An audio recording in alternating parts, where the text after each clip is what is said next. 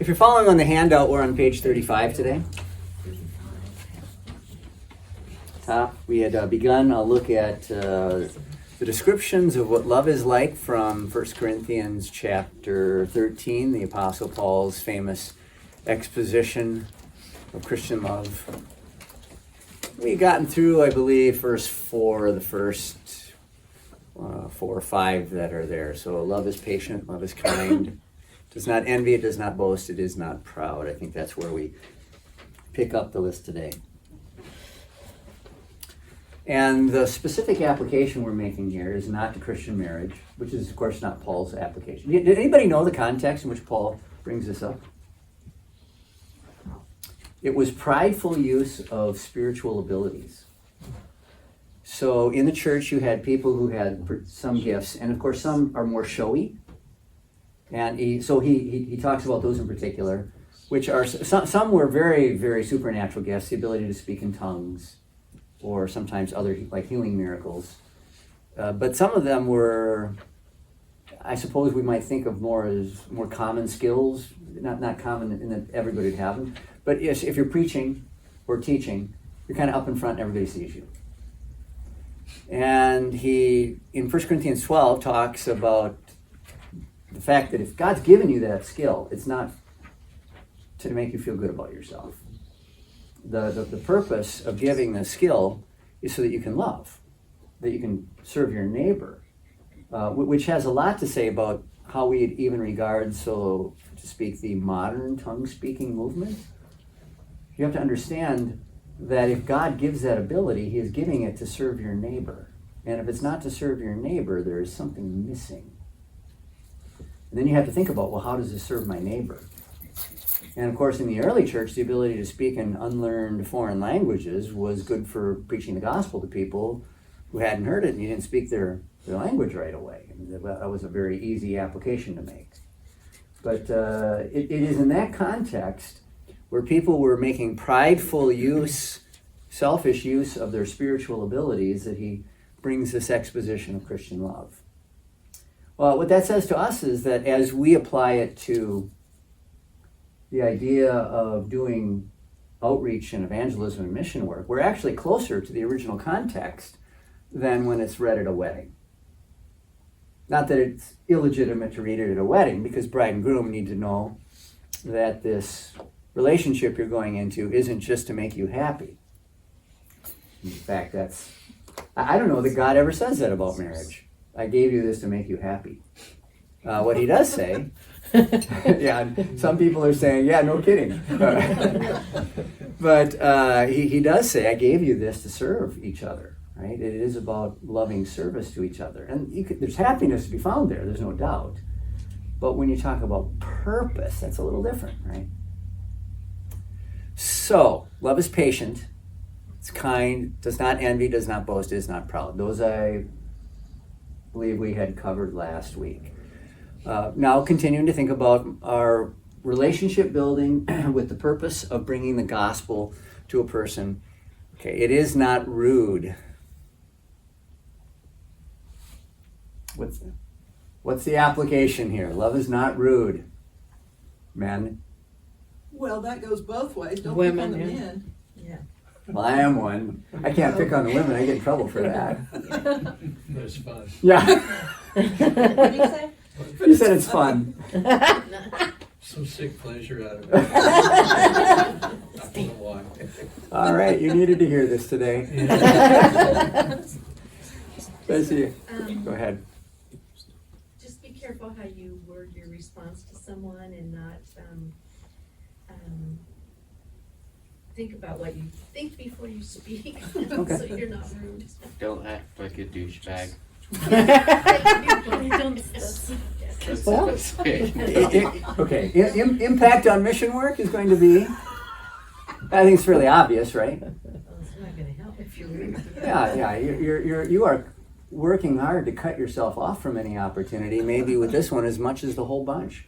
People will get past some of these things, but if you treat them in a rude way, they don't want anything to do with you, and they certainly don't want to listen to you as though you've got something to tell them.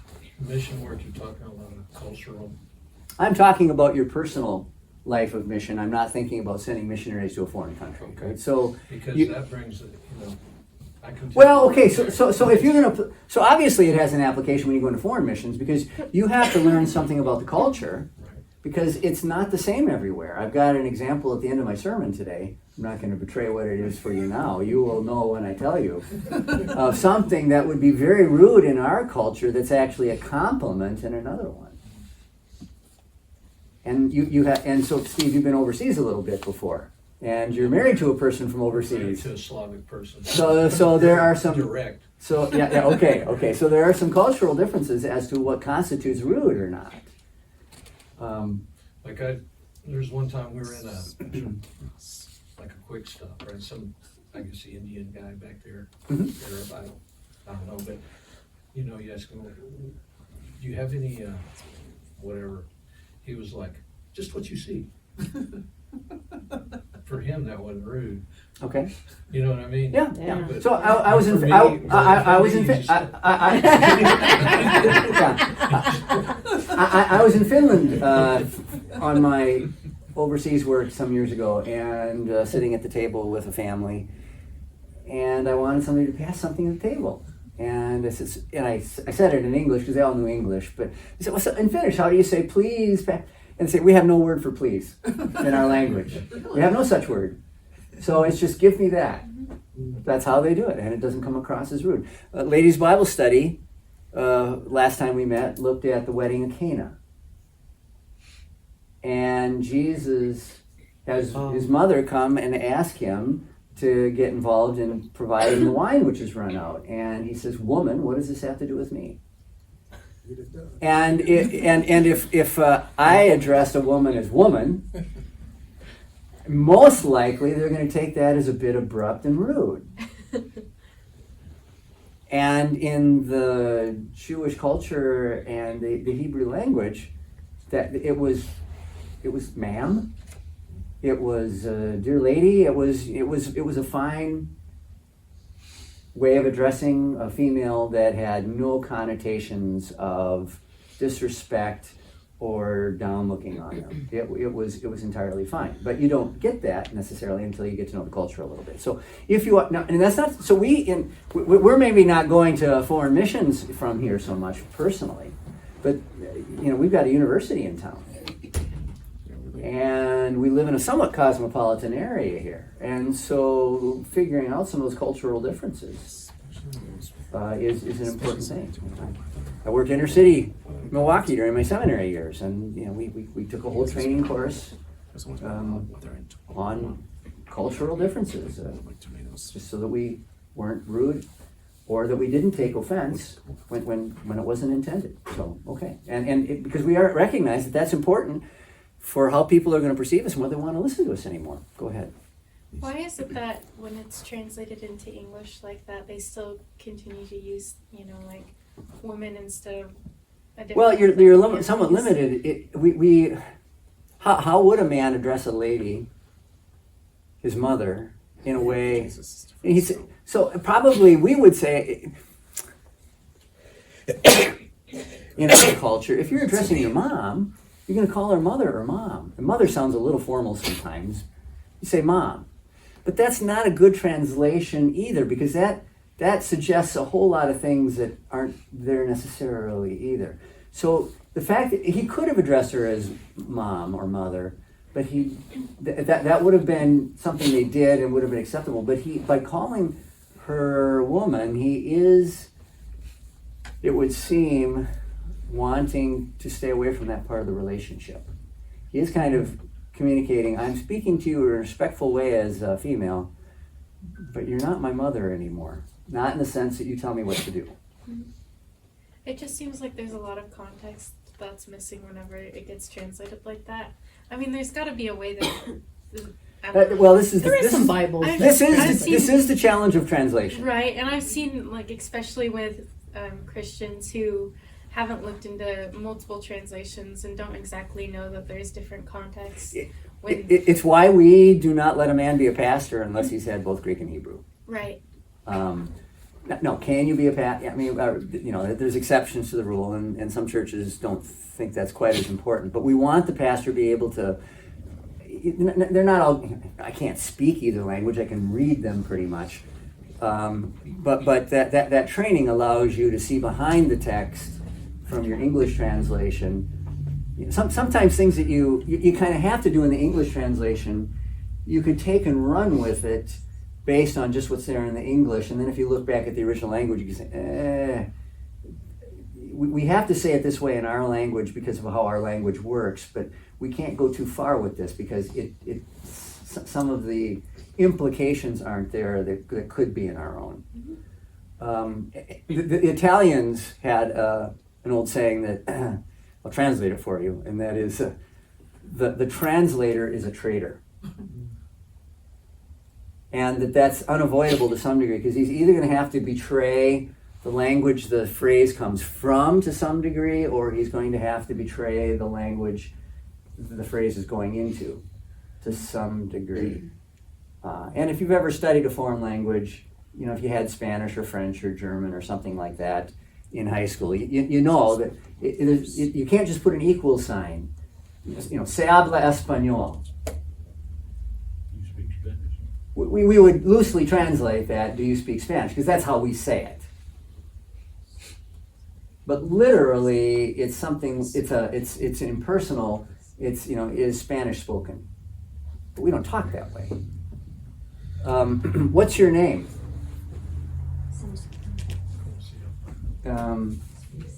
They would say, how are you called?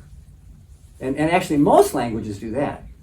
If we actually translated what is your, KS Tsunama, they understand what we're asking.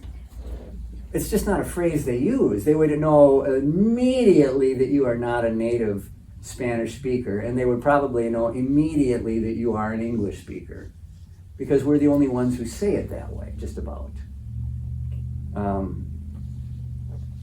So they say, ¿Cómo se llama? How are you called? Not, what's your name? Well, but the proper way to translate ¿Cómo se llama? Is, what is your name? Because that's the concept, even though the words don't line up just like that. So when you work in the original languages, you get some of that. And that also gives you insights into the culture. And we're not going to be interacting with first century Jews. Modern Israelis are a completely different bunch. But the application here is simply that you learn in getting to know a culture, and sometimes a person's language also. What is rude and what's acceptable, right? How to address people, what are proper things. Different cultures will be different about what you can talk about. So some might be more sensitive if you ask, what do you do? That's a little personal as to how what we're really saying is, how are you employed? They're not asking for your hobbies usually if we say, what do you do? Or from culture to culture, asking about a person's income. That in some places that's very, very personal. That's not something I just share with someone I'm learning, what's your name and that kind of thing. I maybe don't share that with my intimate friends and family members, but in other cultures that's very loose and easy. So it is not rude, but coming up to speed on what is rude takes a little getting to know you sometimes. Nowadays, even in the customer service world, if you just talk directly to them, direct, factual, that is rude. Can be. Yeah. Well, so I saw a meme on Facebook the other day about a guy talking about, he was my friend, or I think my dad hates me, I think what it was. And it was all based on text messages. And all these responses that were seen by people for whom texting is a first language, that were seen as curt and cutting you off. If you put a period at the end of a text, some people take that as you being rude. Or if you say simply, you answer just like, okay, well, I guess that apparently. Or That's, emails if you put it all in caps. you're screaming, They you're think- shouting, yeah. right? That you're not just highlighting or making it Yeah. emphasis, but you're shouting, and so they see that differently. So, yeah. So even intergenerationally, this can come up. It's not self-seeking.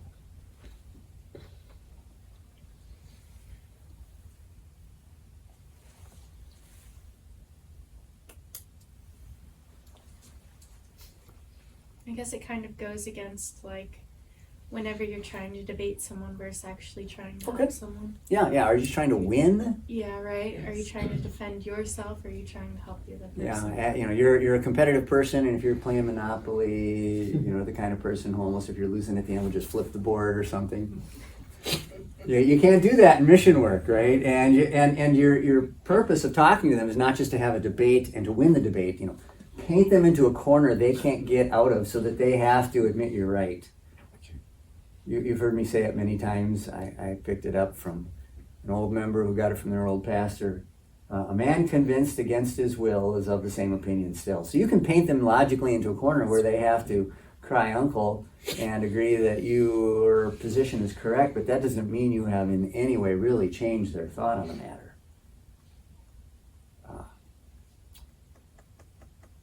I think I see a lot of this kind of thing on argumentative political YouTube videos where they've painted their opponent, they have some debate somewhere and they painted their opponent into a corner on something, or they've cut them off on many beliefs, but it's so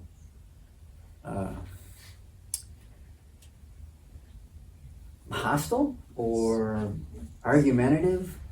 You don't get the impression anybody has really scored any points here or moved anybody in their position, because you're just, and you can't do that in mission work, right? You're not going to argue them into the kingdom. Love is not self-seeking. You're going to love them in, and that means that we are going to be taking a little different approach. So how you approach the presentation of the information. And just that they also get the idea that you're not just a notch, that you're not just someone they're going to win, that you're going to win. It's not just about. So I think I told the story not so long ago. A few years back, I found a couple who didn't have a church yet, based on the New Mover program that we've run. And I was at their house one evening, and I had a good conversation with the lady at the door. And then I showed up a couple other times, and I didn't have a phone number or an email. So it was like, well, the only way I'm going to talk to them is if I go just talk to them. But from the initial conversation I had, it seemed like it was open a little bit. A couple times I showed up, nobody was home, or they didn't answer the door. And then I came once, and the man of the house came. And I had a little different information to give him than I had before, some other tract or something. And it just caught me off guard. And I wish, you always wish, you think later about, I should have said this, I should have approached it this way. But at the door, in the moment, he caught me off guard, and I just didn't have the words. But his statement to me, so, you want my wife and I to come to your church so that you can build up your little church. And the tone of his voice was very much, we're just people you want to put in the pews to support this thing you're making. Now, you want us to come and know the love of the people that attend this church and get to know Jesus better. It was all about, I was there to build my little institution. It was very clear in the tone of his voice. And I just wasn't prepared for it at the moment. But I would say he thought that in that case that I was kind of self-seeking. He was just a mark. I don't like the word, but I don't think we've had a better word. But we often talk about the person we're trying to reach as a prospect, which comes out of the whole marketing world. We haven't found a simple 1 or 2 word way to describe such people that we're trying to win that communicates much better. I don't think, but sometimes people feel that that's just what's going on. So love is not self-seeking. So then the thing is, we have to be genuine about that. It's not just about our pride in having this thing work. It's not just about having people who are going to come and contribute, right? But we are genuinely seeking their good, and we're genuinely seeking a relationship with them. What'd you say to him when he said? I don't even remember. I fumbled around just a little bit. Again, I was the almost aggressive tone with which he said it. Also, it puts you on your guard in such a way as you're not sure. Okay, there's a little hostility in there, and sometimes you know that there's no winning. Yeah. They have taken a position now. Don't come back, knock on my door. Well, okay, so it was pretty clear. The implication was we're really not interested in helping you build up your little thing. Mhm. And it came with such an accusatory tone that I wasn't quite sure that anything I said at the moment was going to. I think I said, well, I think I just said we would love to have you come anytime. You're always welcome in our church. I reviewed for him what the times of service and that kind of thing were. And if you've got any questions here, you can call me. And I think I just excused myself at that point. I think what I should have done was explore his tone and his the what he meant by it a little bit more, and maybe just ask some questions about it.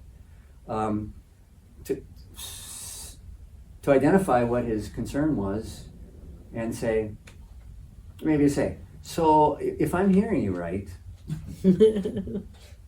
it sounds to me like you are concerned that you would just be a customer. That we're thinking just of you as someone who is going to, pay and pray. That you're just. It's just about building our. There's plenty of churches, obviously. I mean, I might have even told him, you don't go to our church, find one for yourself somewhere. But, you can think what you want, but I want to reassure you that we would want you to come to our church and get to know Jesus better with the rest of us, not like we know him perfectly. And it's a small, caring family of people that would love and care for you. Something like that. See, that's when I get stumped with Yeah. trying to invite someone to church and they come at me like that, and then I'm like, okay. Yeah, you just aren't Yeah. ready for the kind of Exactly. pushback that you're going to get. And what's helpful is to run into some of these situations, because the more of those kinds of situations you run into, the more prepared you are, because you've thought through it now. And again, I don't know how you are, but when I've been in arguments with people where it was kind of hostile, or when then I think of the snappy comeback 3 days later, right? Whereas some quick people, they got the zinger right there. And I wasn't looking for a zinger in this case. I was looking for the appropriate word that was going to win the person. But it just set me off guard. I just wasn't quite prepared. I wasn't expecting it. But that's part of how it goes. That can happen in counseling. One of the reasons, as a pastor, I've got some. I counsel people from the Bible, but I don't even do what some would consider to be licensed biblical counseling. Right? I don't have any certificates up on my wall that say I've been trained in that kind of thing in particular. But people who do full-time counseling, and I'll refer. They have seen so many people sit in that chair in front of them. I get 1 or 2 a week maybe. They've got them 5, 6, 8 a day, all day for 5 days a week. So they get so many repetitions on that they've seen so much that they know what questions to ask. They can form a kind of a roadmap much more quickly in their head as to where this person's at and where we need to go. And even as a minister, sometimes I may not be giving up all my contact with the person that I refer, but I recognize that other counselor is going to be able to pull things quicker than I would get to it, because this is what they do all the time. They ask these questions, and they see these people who, and they see repetitions of it over and over again. Somebody's hand was going up. Caleb. Couldn't you also say love is aggressive? Couldn't you also say love is aggressive in some situations, like pointing out someone's wrongdoing to bring them into church? Well, Depends on the person. once in a while. Usually, if you're gonna call them out for being mean, They're not gonna. you're probably gonna have that door shut and fast. There's very few people. I'm at their house, right? I am the guest. I am not on my property. And if I knock on their door, I interrupt their supper, I get them to come to the door, and then I say, "You're being mean."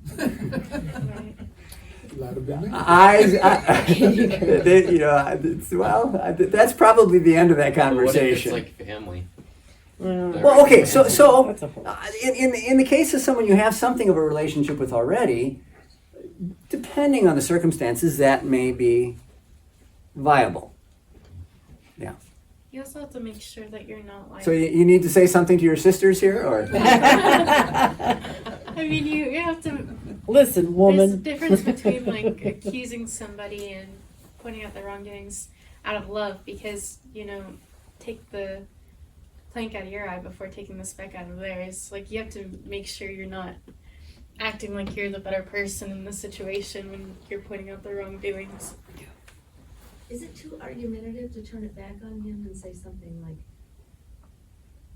what did I say that would make you? well, I think you in exploring it, again, I would probably walk into that with, I think I hear you say, so that you're not saying necessarily that they have, but you are softening it a little bit with, okay, I think I've perceived this.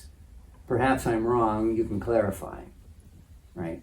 But then you could ask, I think, did I, it occurs to me, or it sounds to me as if you feel I have said something offensive here. Yeah. Instead of, why do you think I said something offensive? What's wrong with you? Right? So you'd want to be careful that it doesn't turn right back into an accusation. Like, what, are you stupid? Can't you understand English? What's your hang up? Obviously, you wouldn't say any of those things just straight up. I've had several people in Norman say to me, well, we don't go to church, but we're spiritual. Yeah. And I've always wanted to say, what exactly does that mean? Well, I think, Well, that's so I would legit. say, if you want to continue the conversation, they have opened the doorway to have a conversation about what does it mean to be spiritual. Yeah, I mean. somebody- And you may not have any answers for what they have to say, but you have extended the conversation. You have listened. You show. Listening is in here. That's one of the next main points. That is the next main point after we get to this passage. You've extended the conversation. You've shown interest in them. You haven't just shut down their position. You said, "I'd like to understand this better." And sometimes they may say, "Gotta go," and sometimes they may say, "Oh, somebody who's willing to let me preach to them at once," and they may take advantage of it. But you may be setting yourself up for an opportunity to have a conversation in the future with them. Now that you've listened to their position, yeah. It's not easily angered. Well, this is all in a similar vein as some of what we talked about here.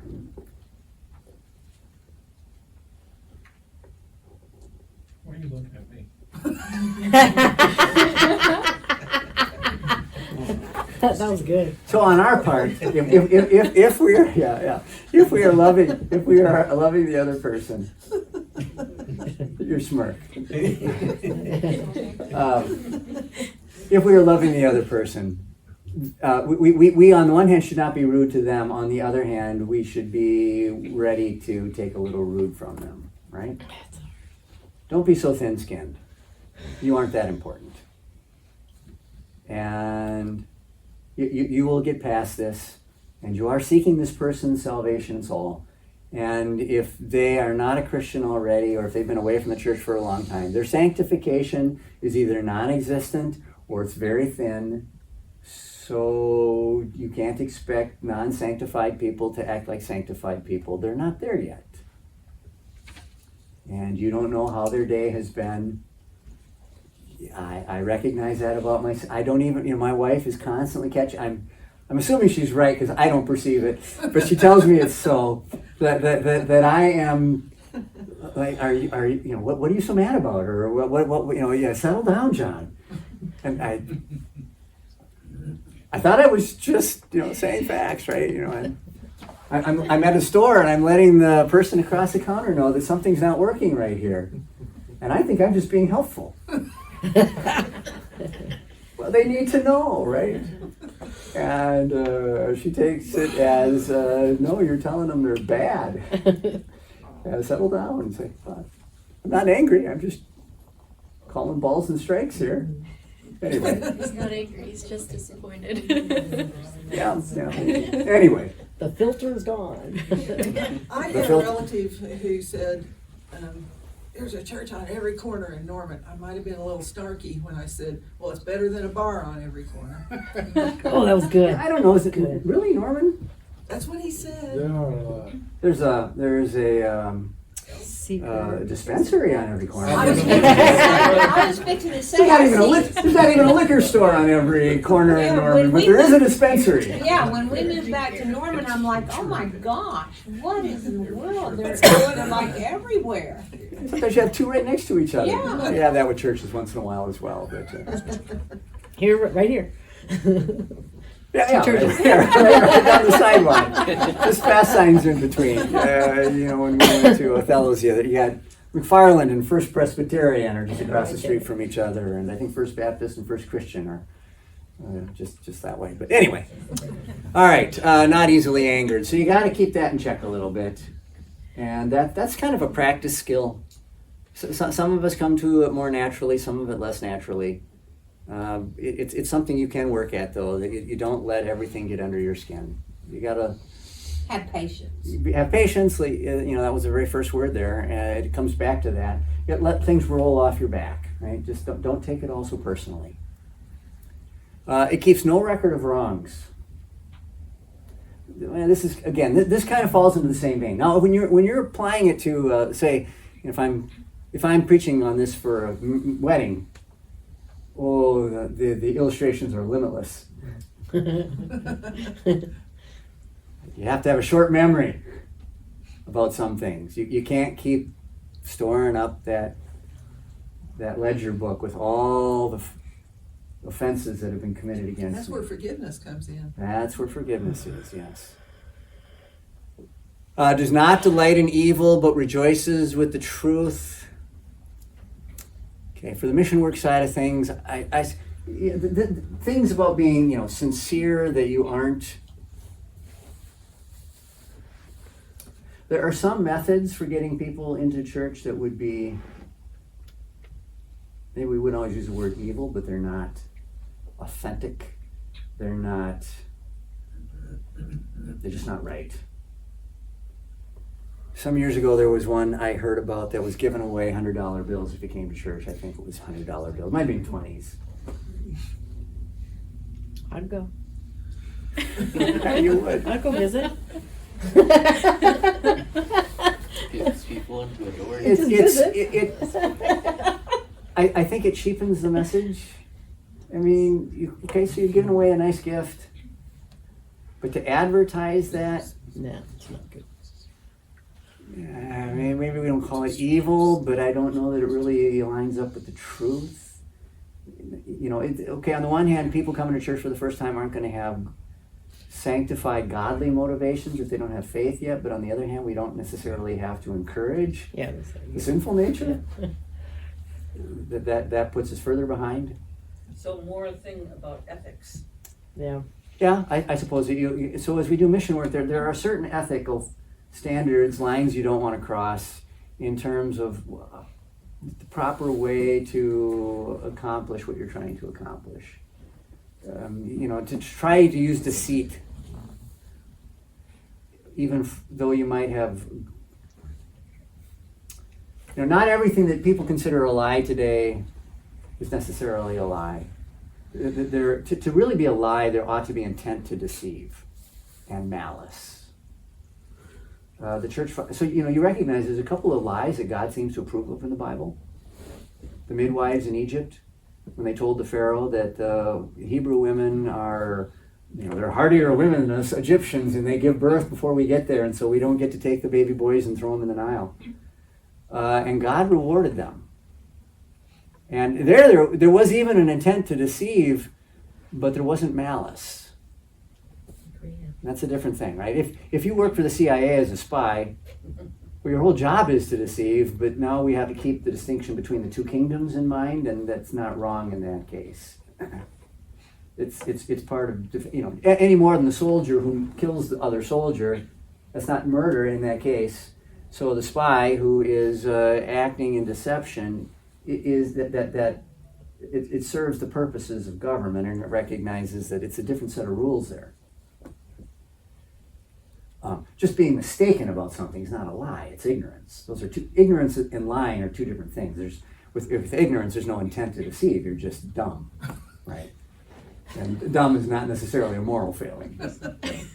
Or you don't have to be dumb, you just might not know. Well, you just be ignorant. You just don't know. You just never learned this, right? Yeah. Well, you just got people that are smarter Yeah. and know a lot more or contain a lot more than other people. Yeah. But for all of that, then, when it comes to trying to win people, and when it comes to the practice of love, you wouldn't use deceit in its service.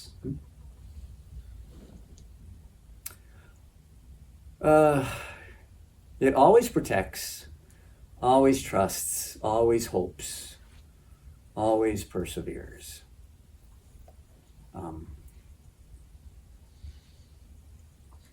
Kind of a kitchen sink of things here at the end.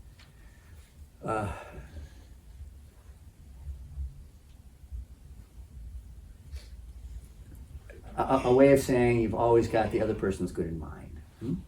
You always have the other person's good in mind, and you're always going to kind of give them the benefit of the doubt with always trust and always hopes.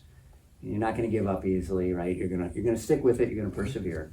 Love does all those things, and those have application to our witness also. Okay, anybody other insights into that section for 1 Corinthians 13?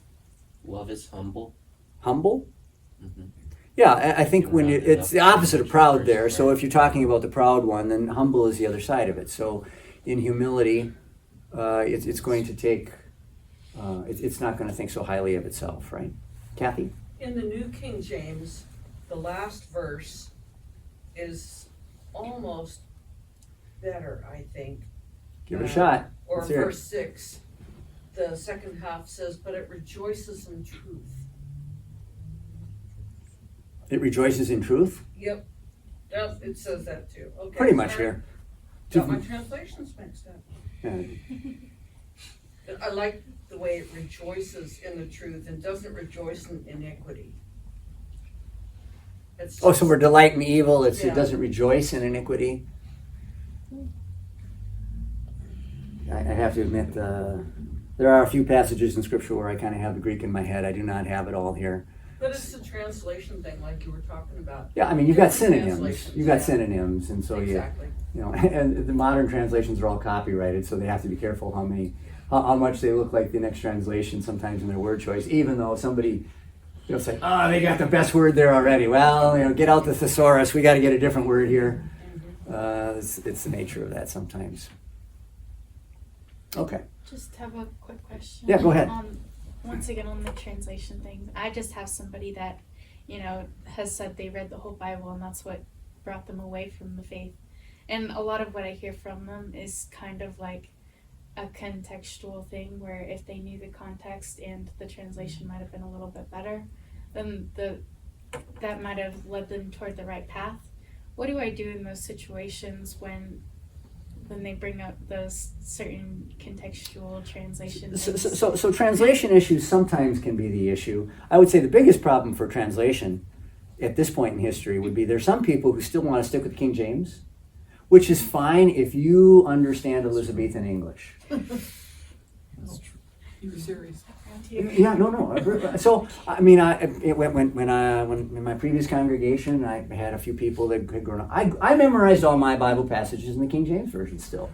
So I always muddle them up now, because I got the ones when I was 5 years old, I learned it this way, and then when I got to high school, they made me learn it this way, and so now I kind of they talk about Spanglish.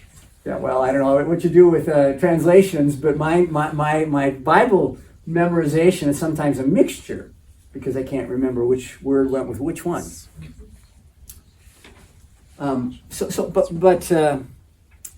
If you're fluent in Shakespearean kind of language, well, it's fine. It communicates to you fine. And I never minded having them in the Bible class. Once in a while, the King James has got a better translation just in how they understood the passage. And I would even call on them if I knew, because I have them read it and they'd say, okay, so this is why this is superior.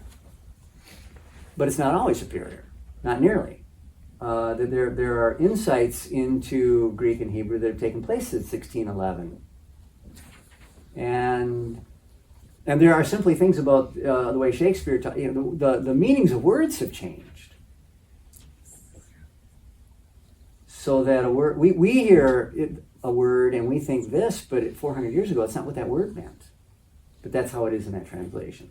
And so for most people, at least, a modern translation would be important. And then there's a spectrum as to which of those, I talked earlier about the translator is a traitor. So then there is the tension the translator has. Do I try to stay more with the original way of saying it at the risk of English readers not being able to understand what it says? Or misunderstanding what it says? Or do I try to put it more into colloquial modern English that is easily accessed, but risk missing some of the finer points of the original way of saying it? And you've got translations that do both of that, so sometimes having them side by side in English even is a useful thing. I guess I would just be curious to see which translations you would consider the best on both sides to, I guess, compare and contrast. Especially So our church body, since we had people who worked on the New International Version in the late 70s. John Jeske, professor at our seminary, was a contributor. And I don't remember if John Brook had any role. We had one New Testament professor who had something to do with that too, it seems to me. And our church body used the New International Version for a long time. When it was revised in 2011, it wanted to, among other things, it wanted to reflect some of the changes in English usage regarding gender. And there are places where that's okay, and then there's places where that's not so okay. So,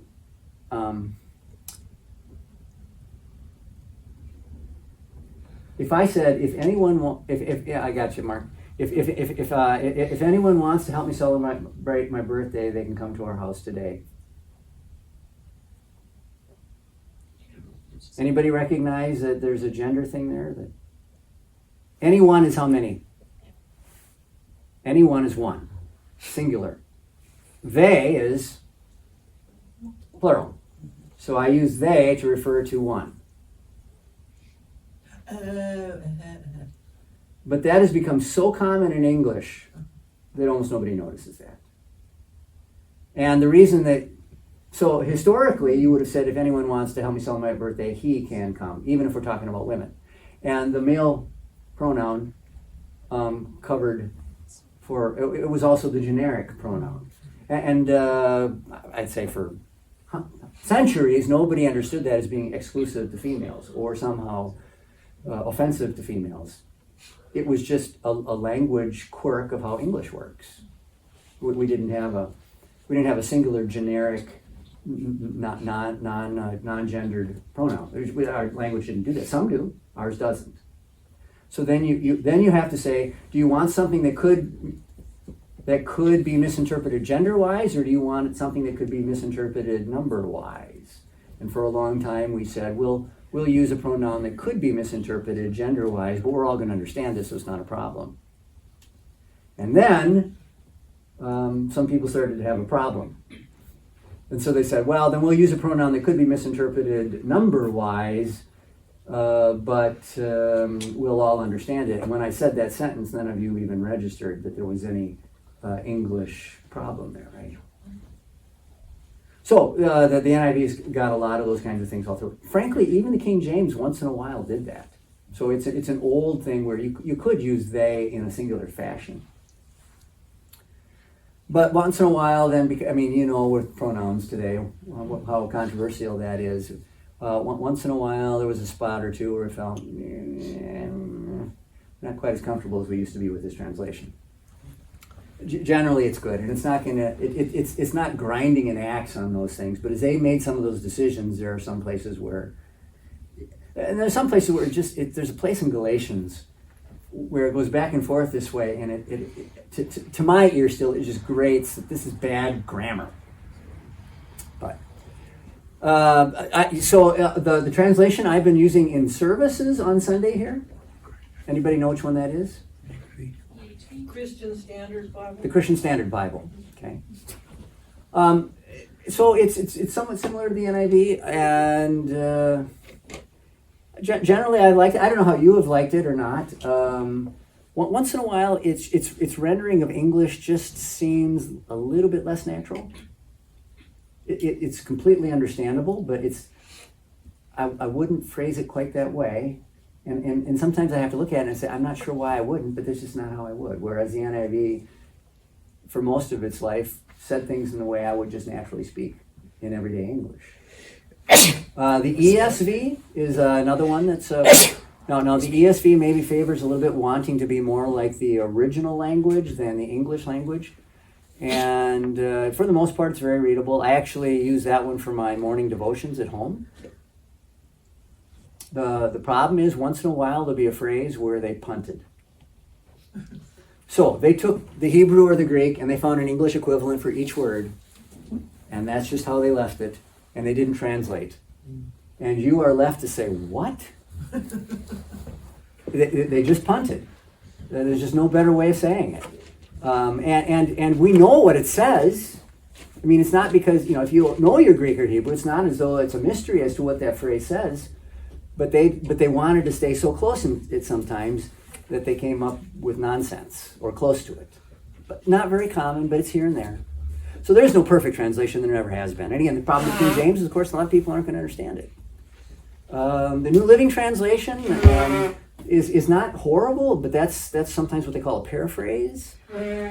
So that's really loose. It really wants to be so colloquial as to get away to become interpretive sometimes. But the problem probably is that the person didn't have someone to either guide them through, or they didn't give it a close study themselves. Well, the other thing is, of course, sometimes people are just going to take offense at what God has to say. Let's not discount the fact that I still run into things that frankly make no sense to me. Or that I even would say, if I was God, I wouldn't have done it that way. But guess what? That position is filled. So, there's all kinds of things that God could have made it easier if he had just done this that a culture likes. It's not how he decided to do it. And it's not for me to say, well, okay, we're gonna try to be smarter than Jesus here and correct him on this. All right, okay. Took a little more time. Thanks. So, so we're done with 1 Corinthians 13. The next point on the page there is about listening. We're going to talk about listening as a skill and a benefit to your outreach work next time. I'll need to be there.